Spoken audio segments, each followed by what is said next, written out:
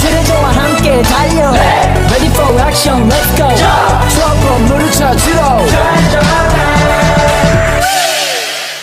Assalamualaikum warahmatullahi wabarakatuh. Kami dari kelompok 4 ingin memaparkan materi tentang kasus-kasus pelanggaran hak dan pengingkaran kewajiban warga negara.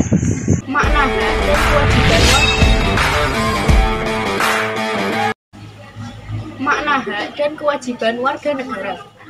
Hak merupakan suatu hal yang Anda peroleh atau dapatkan. Hal tersebut dapat berbentuk kewenangan atau kekuasaan untuk melakukan sesuatu. Setiap hak yang diperoleh merupakan suatu akibat dilaksanakannya kewajiban. Dengan kata lain, hak baru bisa diperoleh ketika kewajiban sudah dilaksanakan. Yang selanjutnya yaitu perbedaan antara hak asasi manusia dengan hak warga negara. Hak asasi manusia adalah hak yang melekat dalam diri setiap pribadi manusia. Sedangkan hak warga negara merupakan seperangkat hak yang melekat dalam diri setiap pribadi manusia dalam kedudukannya sebagai anggota dalam sebuah negara. Hak asasi ini bersifat universal atau tidak terpengaruh pada status kewarganegaraan seseorang. Akan tetapi, hak warga negara dibatasi oleh status kewarganegaraannya. Dengan kata lain, dapat dikatakan bahwa tidak semua hak warga negara merupakan hak asasi manusia, tetapi dapat dikatakan bahwa setiap hak asasi manusia merupakan hak warga negara. Yang selanjutnya yaitu kewajiban. Kewajiban adalah sesuatu atau perbuatan yang harus dilakukan dengan penuh tanggung jawab. Selanjutnya yaitu perbedaan antara kewajiban warga negara dengan kewajiban asasi. Kewajiban warga negara adalah kewajiban atau suatu tindakan yang dilakukan oleh setiap warga negara sebagaimana telah diatur dalam peraturan perundang-undangan yang berlaku. Sedangkan kewajiban asasi merupakan kewajiban dasar setiap orang.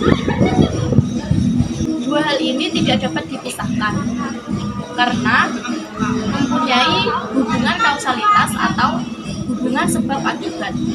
Karena kita mendapatkan hak ketika kita sudah melakukan kewajiban. Hak dan kewajiban warga negara. Hak dan kewajiban warga negara dalam nilai-nilai dasar Pancasila.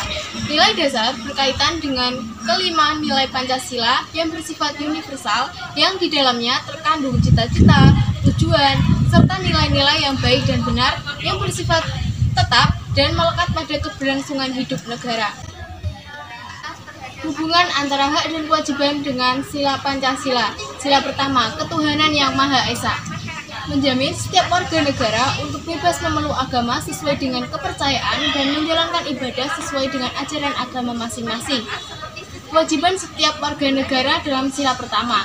Yang pertama, mengembangkan sikap saling tolong-menolong antara umat beragama sesuai dengan kondisi lingkungan masing-masing. Yang kedua, mengembangkan sikap toleransi antar umat beragama. Yang ketiga, tidak memaksakan kehendak suatu agama kepada orang lain. Sila yang kedua, kemanusiaan yang adil dan beradab.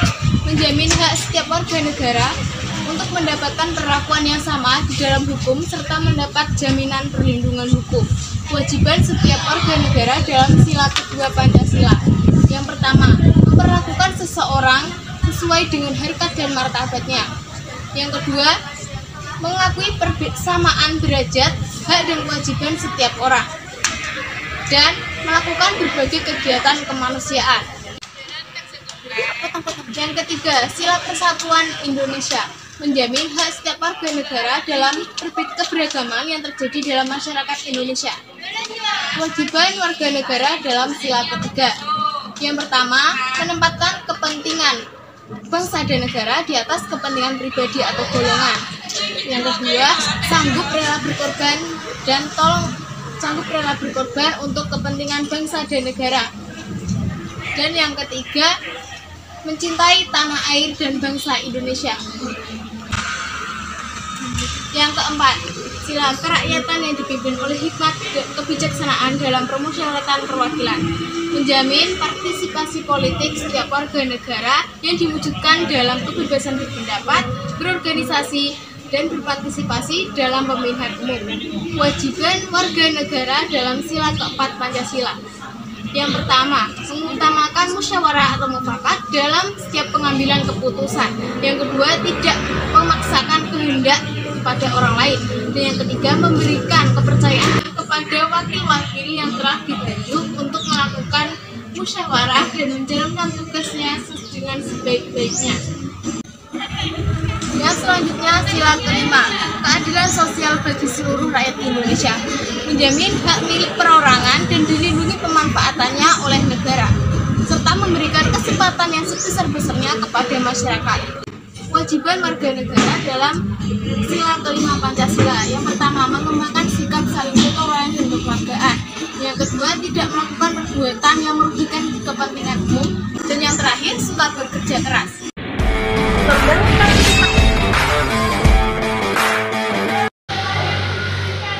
Hak dan kewajiban warga negara dalam nilai instrumental sila-sila Pancasila.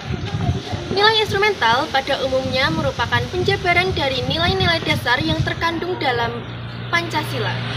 Perwujudan nilai instrumental ini pada umumnya berbentuk ketentuan-ketentuan konstitusional yang mencakup undang-undang dasar dan sistem peraturan daerah. Berikut beberapa jenis hak dan kewajiban yang telah diatur dalam Undang-Undang Dasar tahun 1945. Yang pertama ialah hak atas kewarganegaraan yang telah disusun dalam pasal 26 ayat 1 dan 2 yang menjawab dengan tegas bahwa yang menjadi warga negara ialah warga negara Indonesia dan warga negara asing yang telah disahkan oleh Undang-Undang Dasar sebagai warga negara. Dan yang menjadi penduduk Indonesia ialah warga negara asli dan warga negara asing yang telah tinggal dan menetap di Indonesia. Yang kedua ialah kesamaan kedudukan dalam hukum dan pemerintahan yang telah ditetapkan pada pasal 27 ayat 1 yang menegaskan bahwa setiap warga negara memiliki kedudukan yang sama rata dalam mata hukum dan pemerintahan dan tidak adanya diskriminasi dalam kedua hal tersebut. Yang ketiga ialah hak atas pekerjaan dan penghidupan yang layak bagi kemanusiaan yang telah ditetapkan pada pasal 27 ayat 2 yang menjawab dengan tegas bahwa setiap warga negara berhak atas pekerjaan dan penghidupan yang layak. Yang keempat ialah hak dan kewajiban bela negara yang telah diatur pada pasal 27 ayat 3 yang menjelaskan bahwa setiap warga negara berhak dan wajib ikut serta dalam upaya pembelaan negara. Yang kelima ialah kemerdekaan berserikat dan berkumpul yang telah ditetapkan pada pasal 28 yang menjawab dengan tegas bahwa setiap warga negara memiliki hak kebebasan dalam berserikat, berkumpul, dan mengeluarkan pendapat secara lisan maupun tertulis. Yang keenam ialah kemerdekaan memeluk agama yang telah ditetapkan pada pasal 29 ayat 1 dan 2. Pada ayat tersebut, bahwa setiap warga negara bebas memilih agama sesuai dengan keyakinannya masing-masing dan mereka tidak boleh mencampur adukan antara agama yang satu dengan agama yang lain. Ketujuh ialah pertahanan dan keamanan negara yang telah ditetapkan pada pasal 30 ayat 1 dan 2. Pada pasal tersebut menegaskan bahwa setiap warga negara berhak ikut serta dalam upaya keamanan dan keutuhan dalam menjaga lingkungan negara. Seperti contoh sederhananya ialah melakukan siskampling.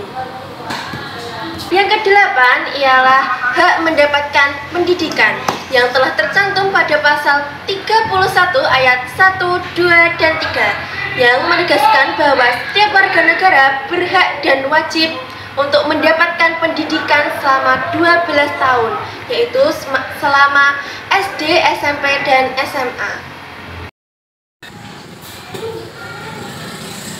Yang kesembilan ialah kebudayaan nasional Indonesia yang telah tercantum pada pasal 32 ayat 1 dan 2.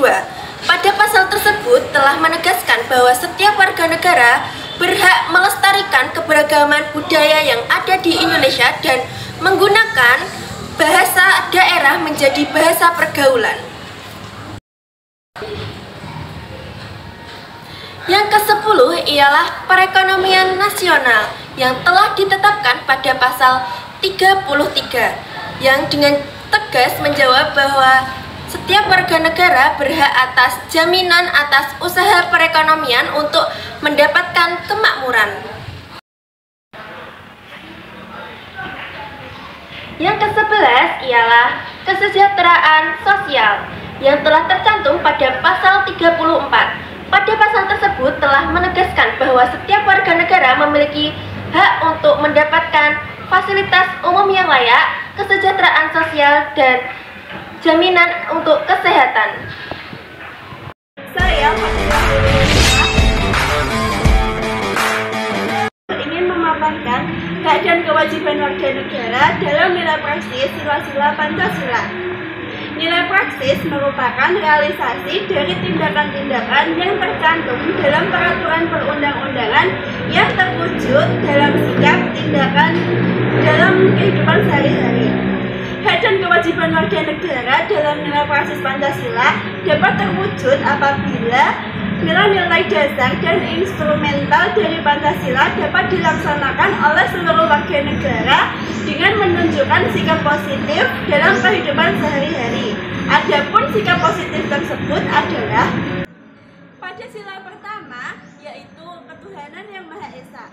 Sikap yang dapat ditunjukkan yaitu 1. Saling menghormati dan bekerja sama antar umat beragama sehingga tercipta hidup rukun. Yang kedua, saling menghormati kebebasan beribadah sesuai agama dan kepercayaan. Yang ketiga, tidak memaksakan suatu agama dan kepercayaan. Yang kedua, yaitu kemanusiaan yang adil dan beradab. Sikap positif yang dapat ditunjukkan yaitu 1. Mengakui persamaan derajat, hak, dan kewajiban antar sesama manusia. Yang kedua, saling mencintai antar sesama manusia. Dan yang ketiga, menjunjung tinggi nilai-nilai kemanusiaan. Pada sila ketiga, yaitu persatuan Indonesia. Sikap positif yang dapat ditunjukkan yaitu 1. Rela berkorban demi bangsa dan negara. 2. Memajukan pergaulan demi persatuan dan kesatuan bangsa yang berbineka tunggal ika. Dan yang ketiga, cinta tanah air. Pada sila keempat, yaitu kerakyatan yang dipimpin oleh hikmat kebijaksanaan dalam permusyawaratan perwakilan. Sikap positif yang dapat diambil yaitu 1. Mengutamakan musyawarah untuk mengambil keputusan. Yang kedua, menerima dan melaksanakan setiap keputusan. Yang ketiga, mempertanggungjawabkan setiap keputusan yang telah diambil. Dan yang terakhir pada sila kelima yaitu keadilan sosial bagi seluruh rakyat Indonesia. Sikap positif yang dapat ditunjukkan yaitu 1. Suka menolong antar sesama manusia. Kedua, menjauhi sikap pemerasan sosial. Yang ketiga yaitu menghargai karya orang lain. Terjadinya pelanggaran.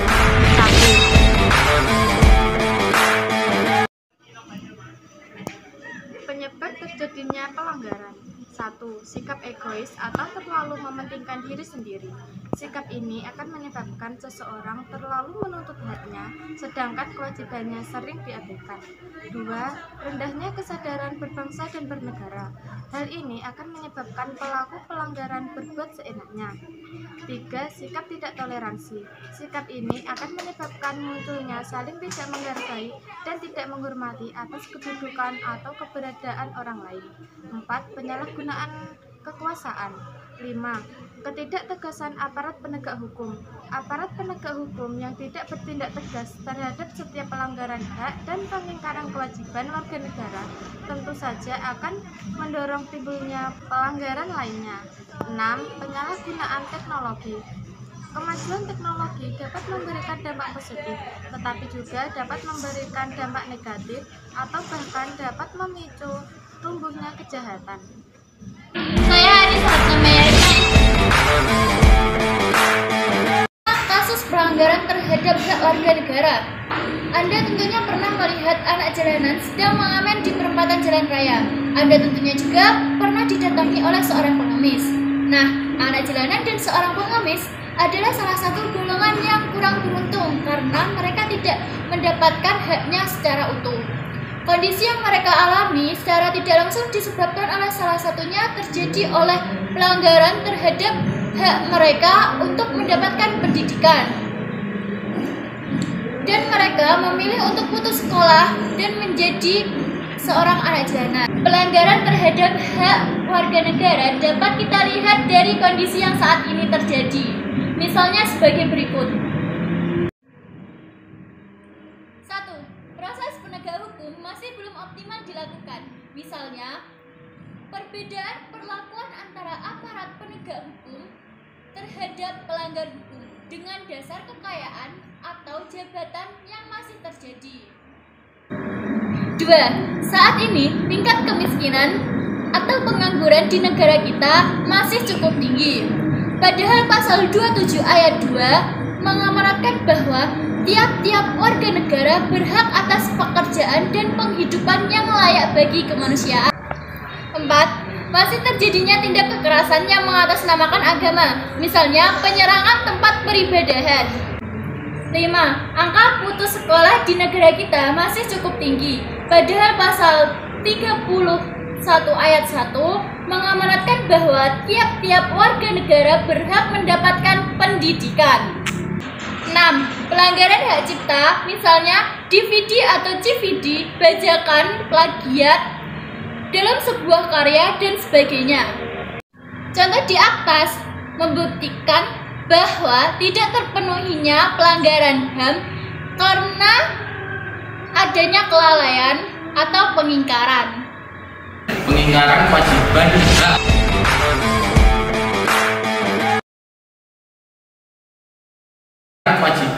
hak warga negara. Anda tentunya sering mendengar slogan orang bayar pajak, slogan singkat yang mempunyai makna yang sangat dalam, yaitu ajarkan kepada semua warga untuk memenuhi kewajiban seperti membayar pajak, taat aturan, dan lain-lain. Namun pada kenyataannya banyak yang terjadi pengingkaran terhadap kewajiban tersebut. Pengingkaran tersebut biasanya didasari oleh sifat egoisme serta rendahnya kesadaran warga negara terhadap hukum. Contohnya seperti membuang sampah sembarangan, melanggar peraturan lalu lintas, merusak fasilitas negara, dan tidak membayar pajak pada negara. Pengingkaran kewajiban tersebut jika tidak segera diatasi akan berakibat pada proses pembangunan yang tidak lancar serta akan berakibat secara langsung terhadap pemenuhan hak warga negara. Saya Siti Nur Aisyah. Upaya pemerintah dalam penanganan kasus pelanggaran hak dan pengingkaran kewajiban warga negara. Upaya yang dapat dilakukan seperti yang pertama yaitu menegakkan supremasi hukum dan demokrasi. Yang kedua, mengoptimalkan peran lembaga-lembaga selain lembaga tinggi yang berwenang dalam penegakan hak dan kewajiban warga negara, misalnya KPK, Komnas HAM, KPAI, Komnas Perempuan. Yang ketiga yaitu meningkatkan kualitas pelayanan publik. Yang keempat, meningkatkan pengawasan dari masyarakat dan lembaga-lembaga politik. Yang kelima, meningkatkan profesionalisme lembaga keamanan dan pertahanan keamanan negara. Yang keenam, meningkatkan kerjasama yang harmonis antar kelompok dalam masyarakat. Selain melakukan upaya pencegahan, pemerintah juga melakukan tindakan untuk berbagai kasus yang terjadi. Tindakan yang dilakukan antara lain, yang pertama yaitu kepolisian melakukan penanganan terhadap kasus-kasus yang terjadi yang berkaitan dengan pelanggaran hak warga negara untuk mendapatkan rasa aman. Yang kedua, TNI melakukan penanganan terhadap kasus yang berkaitan dengan gerakan separatis, ancaman dari luar, dan lain-lain. Yang ketiga, KPK melakukan penanganan terhadap kasus-kasus korupsi dan penyalahgunaan keuangan negara. Keempat, lembaga peradilan menjatuhkan vonis untuk pelanggaran hak dan pengingkaran kewajiban warga negara. Membangun partisipasi masyarakat dalam pencegahan pelanggaran hak dan pengingkaran kewajiban warga negara. Yang pertama, di dalam lingkungan keluarga, kita harus memiliki rasa saling menyayangi dan menghormati antar anggota keluarga. Dan yang kedua yaitu jika kita mengalami masalah di dalam keluarga, kita harus menyelesaikannya dengan cara bermusyawarah dan berdiskusi satu sama lain agar masalah tersebut dapat terselesaikan dengan baik. Yang kedua yaitu di lingkungan sekolah. Sebagai pelajar, tugas kita adalah belajar dan mengerjakan tugas-tugas yang telah diberikan kepada kita. Kita harus memiliki rasa saling toleransi dan menghormati antar seluruh warga sekolah. Dan yang ketiga, kita harus menaati segala peraturan yang telah disepakati di dalam sekolah tersebut. Dan yang keempat yaitu kita tidak boleh memiliki rasa senioritas terhadap adik-adik tingkat kita. Yang ketiga adalah di lingkungan masyarakat. Seharusnya kita memiliki sikap yang aktif dalam kegiatan untuk menumbuhkan keamanan dan keutuhan negara seperti diadakannya siskampling. Kita harus mengikuti kegiatan tersebut. Yang kedua yaitu kita harus bersikap toleransi dan menghargai cara beribadah umat lain. Dan yang ketiga yaitu kita harus saling mengedepankan sikap Bhinneka Tunggal Ika, yaitu bergotong royong dan mengedepankan masalah bersama daripada masalah pribadi atau kepentingan pribadi. Yang keempat ialah di lingkungan berbangsa dan bernegara. Yang pertama yang harus kita lakukan yaitu contohnya kita harus membayar pajak tepat waktu dan sesuai aturan. Yang kedua yaitu mengikuti program belajar selama 12 tahun yang telah diselenggarakan oleh pemerintah. Yang ketiga yaitu kita harus menaati segala perundang-undangan berpedoman Pancasila.